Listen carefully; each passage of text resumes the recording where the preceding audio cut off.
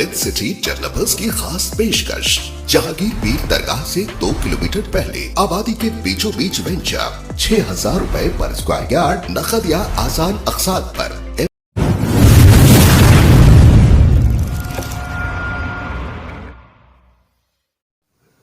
इस खबरनामे को पेश करदा अलमन्नान ज्वेल्स, शालीबंडा, हैदराबाद।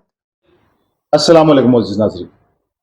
नाज़रीन, जैसे कि आप बखूबी वाकिफ़ हैं कि कांग्रेस में एक बड़ा एहतिजाज अक़लियती जमात की जानिब से किया गया था, जिसका आगाज़ कलीम बाबा की जानिब से किया गया था और उसके बाद पूरे तेलंगाना में 34 से ज़ायद कैंडिडेट इनकी जानिब से लड़ाए गए। कलीम साहब, आपसे मेरा पहला सवाल ये है कि आखिर कांग्रेस से आप अलहदा होने की अहम वजह क्या थी? जबकि आप बहुत सारे ऐसे जमातें थी जा सकते थे, उसके बदले आपने यही नवरंग कांग्रेस क्यों चुनी? देखिए, कांग्रेस एक समंदर है, सब जानते हैं। कांग्रेस पार्टी जो तेलंगाना की है, मैं पूरी कांग्रेस के खिलाफ नहीं हूँ, तेलंगाना कांग्रेस के खिलाफ हूँ। तेलंगाना कांग्रेस में सबसे बड़ा जो रेवंत रेड्डी का रोल रहा, वो ये रहा कि मुसलमानों को फेंक दिया गया। रेड्डी लॉबी जो 3% है पूरे तेलंगाना में, उसको 35 से ज़्यादा सीट देना और मुसलमानों के साथ नाइंसाफ़ी करना, जबकि मैं बार-बार अपील कर रहा था कि मुसलमानों के लिए जो है आप कम से कम एटलीस्ट 14 सीट दीजिए, नहीं अच्छा, तो ये 11 मानते तो आप कि 11 आरएसएस लॉबी के हैं रेवंत रेड्डी बोले? बिल्कुल। देखिए, अभी जब हम एहतजाज करने के बाद ही तो रेवंत रेड्डी को नीचे चुरका लगा। चुरका लगने के बाद मुसलमानों की आवभगत कर रहा, पैना पढ़ने को जा फिर रहा जब और जब मुसलमानों को लाता आप मारने जो टाइम में थे, सुनिए। एक मिनट मेरी बात सुनिए, मेरी हाँ, बात का जवाब दियो आप। जी बोलिए। आप जो टाइम में थे, जब भी रेवंत रेड्डी सर थे, जब आपको आरएसएस की चड्डी नहीं, नहीं, नहीं, नहीं, आरएसएस की चड्डी नहीं, हम बार-बार 8 महीने से मेरा एहतजाज रहा। 8 महीने से बिल्कुल कांग्रेस के साथ में मैं जो है अपनी बात करता रहा, क्योंकि सोशल जस्टिस जो मीटिंग हुई थी, सोशल जस्टिस जो जो पूरे तेलंगाना के अंदर अलग-अलग मीटिंग आए, तो सोशल जस्टिस के अंदर मैं ही था और मेरे साथ बहुत सारे माइनॉरिटी के लोग थे, 5 जने थे। तो उस टाइम पे हनुमंत राव साहब उसके चेयरमैन थे और उनसे मैं ये पूछा कि बाबरी मस्जिद के बाद मुसलमान जो कांग्रेस से दूर हुआ, उसको करीब लाने के लिए तेलंगाना में 66,50,000 मुसलमान हैं, उनको कैसे आप करीब लाएँगे और उनके लिए आप क्या करेंगे? ये पूछने के ऊपर यही बात की जो है दूसरे लोग भी पूछ रहे थे। वलीउल्लाह समीर है, पहली बात उनको झिड़की मिली, पहला फ़ोन, दूसरा फिर उसके बाद निज़ाम को झिड़की मिली, फिर उसके बाद और के एक मुसलमान साहब थे, उनको मिली। सोहेल शेख अब्दुल्ला सोहेल साहब खाली अपने बातों के ऊपर बोले और उनका ठीक है, 1-2 चीज़ें आगे होंगे। उसके बाद फिर मेरे बाजू एक मुसलमान था, उनका नाम उनको झिड़कियाँ सुनना अच्छा, पड़ा। आपके तो सदर जब टीआरएस में चढ़ सुनिए के आप, आप ही को लेके सुनिए, सुनिए, सुनिए आप। नहीं, आपके पहले सदर वो टीआरएस में गए? सेकेंडरी वो सेकेंडरी मैटर है। जो बात आप करें उसका जवाब पहले खुलासे से सुनना कभी भी। तो जब मेरी बारी आई तो मैं पूछा, साहब आपके पास जो है आप ये मीटिंग क्यों कराए आप? सोशल जस्टिस की मीटिंग, और सोशल जस्टिस मीटिंग का मतलब क्या है? आपको मालूम है, आप चेयरमैन है, सदर है आप। हनुमंत राव साहब बोले, हाँ, ओल्ड सिटी में जाके क्या तुम बात कर सकते हैं क्या? मैं बोला, आइए ओल्ड सिटी में बात करेंगे आप। बोल के वहाँ थोड़ी बहस-जमबाजी हुई, तो मैं पूछा, देखो आप काम की बात करेंगे कि मुसलमानों के साथ ये कांग्रेस पार्टी करने वाली क्या है और मुसलमानों को क्या फ़ायदा देने वाली है? तो ये बात पूछने के बाद मुसलमानों के लिए क्या मैनिफेस्टो, ये 8 महीने पहले आना था, 4 दिन पहले आने की ज़रूरत नहीं थी इसको। और जब शब्बीर अली साहब उसके बाद वो मीटिंग खत्म होने के बाद जब ये पहली लिस्ट जारी हुई, पहली लिस्ट जारी होने से पहले भी मुझको ख़ास तौर से ये कहा गया कि तुम जाके वहाँ काम करो। मैं बोला कि मेरे को गोशामहल लड़ने के लिए दो और मैं गोशामहल लड़ूँगा। तो इसके ऊपर नहीं हुआ, नहीं हम ये सीट मुसलमानों को नहीं देते, हिंदुओं को देते। बोलता हूँ, मैं बोला कैसा देते हिंदू को सीट वो? आप गैर मुस्लिम को देने की बात करें, ठीक है दो, लेकिन ये सीट के ऊपर जहाँ से आप अगर मुसलमानों को चाहते, तो आप मुसलमान को सीट देना। तो इसके ऊपर बहुत लंबी बात हुई और उसके बाद फिर जो है जैसा पहली लिस्ट आई, पहली लिस्ट आने के बाद में मैं बोला कि जब मैं धरना दिया तो मेरा एक ही डिमांड था कि मुसलमानों को 14 सीट देना आप। अगर ये बोलेंगे नहीं हम मुसलमानों को इतने सीटें कैसा देते? आप जो है बीसी को खुश करने के लिए 90% मुस्लिम एरिया की माइनॉरिटी सीट में जो एमआईएम के खिलाफ लड़ने वाले हैं उनको काट के बीसी को सीट दिए। चंद्रान गुट्टा वही करे, बहादुरपुरा वही करे, याकूबपुरा वही करे। चार मीनार ये तो जाने वाली थी दूसरों को, वो तो हम एहतजाज करने से इनको मजबूर होके देना पड़ा। मलकपेट की सीट फ्लाई जोन की है, वो फ्लाई जोन की मलकपेट के अंदर कांग्रेस का कार्यकर्ता नहीं था। भले ही मुसलमान कमज़ोर होंगे कांग्रेस के अंदर, लेकिन इतना भी कमज़ोर नहीं है जिसको इग्नोर करने के। जो लोग सीटों की बराबरी नहीं दे सकते और मुसलमानों को हक देने से पीछे हट सकते, वो मुसलमानों के साथ फ़ायदा क्या करेंगे? और यही एक बड़ी वजह थी, जो मैं उसके बाद मुझको बुलाया गया। बुलाने के बाद बोले कि नहीं, आपको जो है हम रिमूव करते, आप लेटर लिखो। मैं बोला मैं क्यों माफी मांगू? मेरे हक की बात करने के लिए मैं माफी मांगू, मैं क्यों माफी मांगूंगा आपसे? मैं बोला ये सरासर मैं नहीं मांगता माफी। जब मैं वेट करने लगा, वेट करने के बाद मैं सोचा, मैं चाहता तो बीआरएस में ज्यादा था, मेरे को ओपन था। आपके सदर मैं चले गए, चा... आप भी जा अरे सकते वो थे। जाने दो जी, उनसे मेरे को क्या करना है? मैं मेरी बात करूंगा, मेरे सदर की क्या बात करनी है? आपके जो माइनॉरिटी सेल के अखिलेशी ये चेयरमैन देखिए, थे, ये पॉलिटिक्स है। सुनिए उनकी सुनिए, सदारत में आपके नहीं बहुत नहीं, सारे प्रोग्राम भी हुए ना ये देखो, माजी में, बहुत हुए। सारे माजी में हाँ, प्रोग्राम हुए, लेकिन आप मेरी बात सुनिए, ये पॉलिटिक्स है। हाँ। और पॉलिटिक्स में हक के लिए जो पॉलिटिक्स करा, पैसे उसके लिए करा, जो पैसों के लिए पॉलिटिक्स करा वो पैसों के लिए पॉलिटिक्स करा।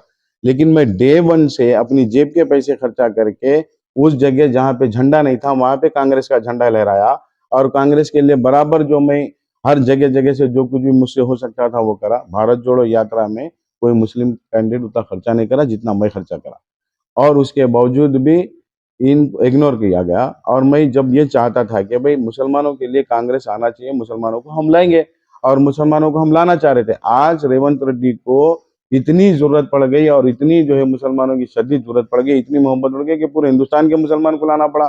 इमरान प्रतापगढ़ी गवैया आपको जो है बार बार हैदराबाद को आना, ओल्ड सिटी में आना, अभी आके ये पहली बार ऐसा हो रहा होगा, देख रहे हैं आप।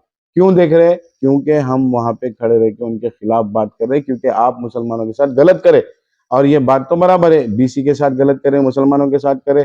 कम्मा कापू आपको बहुत अच्छे दिखे, आप वो वेलमा वेलमा रेड्डी 3% की वेलमा जो रेड्डी लॉबी है उसको आप इतने सीटा देते, कोई पूछने वाला है? वो जो चंद मुसलमान दलाल है जो खामोश बैठने वाले हैं, लेकिन हम वैसे नहीं है। हम किसी के बाप के 2 रुपए खा के नहीं है ना, वो हमारे घर का हम खर्चा करें कि मुसलमानों में रेजोल्यूशन आ जाए। मेरा मकसद क्या था?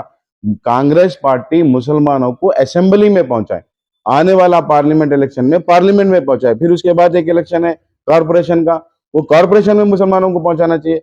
हमको भीख नहीं चाहिए, हमको हमारा हिस्सा चाहिए पॉलिटिक्स में। अगर पॉलिटिक्स में अगर हमको हमारा हिस्सा मिलेगा, तब जाके जो है हम कहीं ना कहीं हमारा कोई काम मुस्तकबिल बनेगा। अगर मुसलमानों को सिर्फ आप बोलेंगे, पहले शबीर अली साहब बोले मुसलमानों को 5,000 देंगे, 5,000 करोड़ रुपए, और जो है वो अगर कुछ बच गया तो फिर उसको बाद में उसके अंदर करेंगे सम्मेलन के तहत। तो मैं पूछ रहा हूँ कि लैंको हिल्स का सौदा किसने किया था? और मैं पूछ रहा हूँ जो 2100 करोड़ रुपए राजशेखर रेड्डी साहब के दौर में जो ओल्ड सिटी के लिए डेवलपमेंट माइनॉरिटी फंड आया था, वो कहाँ गया? उसका कोई हिसाब नहीं है। ये अभी भी जो बात कर रहे हैं वो सब झूठ है और धोखा है। और इसके अलावा कांग्रेस पार्टी में कुछ नहीं है दम रखा हुआ, और Congress party is a failure plan, totally failure plan है। और यहाँ पर मैं ये नहीं कह रहा हूँ रेवंत कि रेड्डी को हटा दिया तो अच्छी बात थी पार्टी। कौन रेवंत रेड्डी को नहीं, अब तो रेवंत लॉबी रेड्डी चेंज, को हटा दिया तो अभी आप चले ये आते वापिस। अभी ये बदलने वाला नहीं है। अभी आप चाहकर या तो राहुल गांधी जी चाहकर ये काम को नहीं बदल सकते, क्योंकि कांग्रेस के अंदर टीडीपी लॉबी है, आरएसएस लॉबी है। इस वक्त कांग्रेस का कार्यकर्ता कोने में बैठा हुआ है, और ये लोग मिशनरी बन के काम कर रहे हैं। आप बताइए जितने टिकट दिए 119 सीटों में कितने कितने किसको किसको दिए, नोटेट करके बोलिए मेरे से अगर बात करना है तो आइए, मैं एक एक कॉन्स्टिट्यूंसी का बोलूंगा। कौन सी? चार मीनार की सीट देने के लिए तुम्हारे पास, और दूसरा हिस्सा अगर चार मीनार की सीट अगर आप नहीं देते तो आपको पूरे पब्लिक जूते लेके मारती थी, जूते लेके मारती थी। बोल रहा हूं आपको मैं, चार मीनार की सीट अगर आप डाइवर्ट कर देते। आप दिए क्या सीट मुसलमानों को? पूरे हारने की सीटें दिए, मलकपेट हारते, चार मीनार हारते, नामपल्ली हारते, और जो है ये अपना कारवान हारते। जुबली हिल्स एक मुसलमान सेलिब्रिटी को लाके फंसा दिए 35% वोटों के अंदर, जहाँ के एमआईएम खुद कंटेस्ट कर रही है। वहां पे 20% मुसलमान वोट डालेंगे, 10% एमआईएम को जाएगा, 10% जाएगा, जमानत भी नहीं बचेगी। ये मैं लिख के देता हूँ कि ये जो डिवाइडेशन है वो बिल्कुल गलत है। गोशामहल में और क्या डिवाइडेशन है? जो गोशामहल आप चुने, क्या गोशामहल से कामयाबी मिल सकती है देखिए, आपको? गोशा महल में आप भी वोट काटने का काम नहीं कर रहे आप। बिल्कुल 80,000 87,000 मुसलमान वोट है, और राजा सिंह एक मलून आदमी है जो मजहब इस्लाम के खिलाफ बड़ा बढ़ चढ़ के बात कर रहा है। तो मुसलमानों की गैरत जागेगी, और मुस्लिम कैंडिडेट वहां मैं खड़ा हूं और मुझको जिता कर लाएंगे। ये मैं कंप्लीटली ये बात बोलता हूँ कैसा कि एनालिसिस है आपका, बताइए। बिल्कुल जी, गोशा महल में राजा सिंह 60,000 वोट लेके जीता, 60-61,000 वोट लेके जीता। मुसलमानों की तादाद 87,000 उसके अंदर मुस्लिम वोट है। अगर मुसलमान जाग जाएगा, मुसलमान एक तरफ वोट करेगा तो 100% आएगा, और जो सेकुलर हिंदू है वहां के वो भी मुझको वोट डालेंगे। क्योंकि मैं मजहबों को बांटने की बात नहीं करूंगा, मैं प्रेम और मोहब्बत की बात करूंगा, और डेवलपमेंट की बात करूंगा, एकजुटता की, एक साथ की बात करूंगा। क्योंकि मेरे खुद के मैनिफेस्टो में ये लिखा मैंने कि ये इंडिविजुअल एक असेंबली कॉन्स्टिट्यूंसी का मेरा मैनिफेस्टो है कि मुस्तहिक वाइट राशन कार्ड रखने वालों के लिए 121 गज का प्लॉट दूंगा, और गरीब बच्चों की शादी में जो गवर्नमेंट की स्कीम है उसको छोड़ करके अलावा मैं इसके जो है 1 लाख रुपए और 1 तोला गोल्ड और जो है आपको एक फर्नीचर का सेट दूंगा। और दूसरा तीसरी मेरी स्कीम में ये लिखा हुआ है कि मैं 25,000 बेरोजगार नौजवान लड़के और लड़कियां को जो है जो पढ़े लिखे हो अनपढ़ हो उनके लिए रोजगार फराहम करूंगा। और जो तीसरी व चौथी मेरी स्कीम है कि हर डिवीजन में एक अच्छा सा स्कूल होना, इंटरनेशनल स्कूल होना जो फ्री तालीम होना। और पांचवी मेरी स्कीम है कि हर कॉन्स्टिट्यूंसी के अंदर 1,000 बेड का एक जनरल हॉस्पिटल होना। ये मेरी स्कीम क्यों लेके मैं आया हुआ हूँ, और मैं बिल्कुल एक छोटी पार्टी इसके लिए चुना हूँ कि अगर मैं बीआरएस जाता हूँ, बीआरएस में मुसलमानों के साथ क्या इंसाफ होगा, वो इंसाफ नहीं होगा। यही बात होगी कि एक बीआरएस के मुसलमान जाएंगे, बीआरएस को वोट देंगे और वहां पर जो है मुसलमानों का सौदेबाजी होगी, बाद में मुसलमानों को चॉकलेट थमाया जाएगा। 12% जो आज तक देते बोले 9 साल में आज तक का, जबकि शेड्यूल ऑफ 9 में 12% ला सकते थे। 1925 में हमारे पास 40% मुसलमानों का रिजर्वेशन था अंग्रेजों के दौर में। वो घटते घटते जब कांग्रेस की गवर्नमेंट आई थी 25% हमारा जो है इसके अंदर था। तो क्या 25% जब था तो आज 4% है। तो अगर ये बात है, अगर केसीआर साहब मुसलमानों के दोस्त रहते तो जो मस्जिदों को शहीद किए वो नहीं करते, और जो सेक्रेटरीट में मस्जिदों की जगह बदल के बनाए वो नहीं बताते, और जो फिर जो है शेड्यूल ऑफ 9 के तहत उनको 12% की जगह 9%, 10% वो लागू कर सकते थे। हरीश साहब बोले वो 12% करने गए तो 4% भी चले गए तो ऐसा नहीं जाता। सुप्रीम कोर्ट में पेंडिंग केस है, पिछले 10 साल से पेंडिंग है आज तक का। और सुप्रीम कोर्ट के अंदर तेलंगाना गवर्नमेंट इतना भी नहीं कर सकी कि वो पिटिशन को रूल में लाके उसका जजमेंट करा सके। आप जितने वादे बोल रहे हैं जैसा कि 15 लाख आते बोले अकाउंटों में, वैसे चले गए। अरे भाई वो मोदी का देखो, देखिए मोदी का वादा है 15 लाख का। जहाँ बात वादों की हो रही है तो वादे आवाम कहीं सुन चुकी है। 15 लाख का वादा सुन चुकी है, 12% का वादा सुन चुकी है, और कई मुख्तलिफ पार्टियां मुख्तलिफ वादे कर चुकी।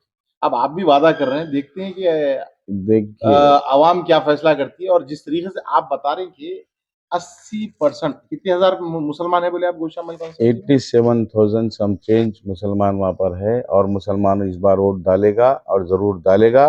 और ये राजा सिंह को बताएंगा। और सेकुलर हिंदू मेरा वोट, मेरा 25 से 30 हजार वोट बैंक मेरा हिंदू वोट है, जो राजा सिंह के खिलाफ काम करेंगे लोग। और राजा सिंह को कोई अहमियत नहीं है गोशा महल में।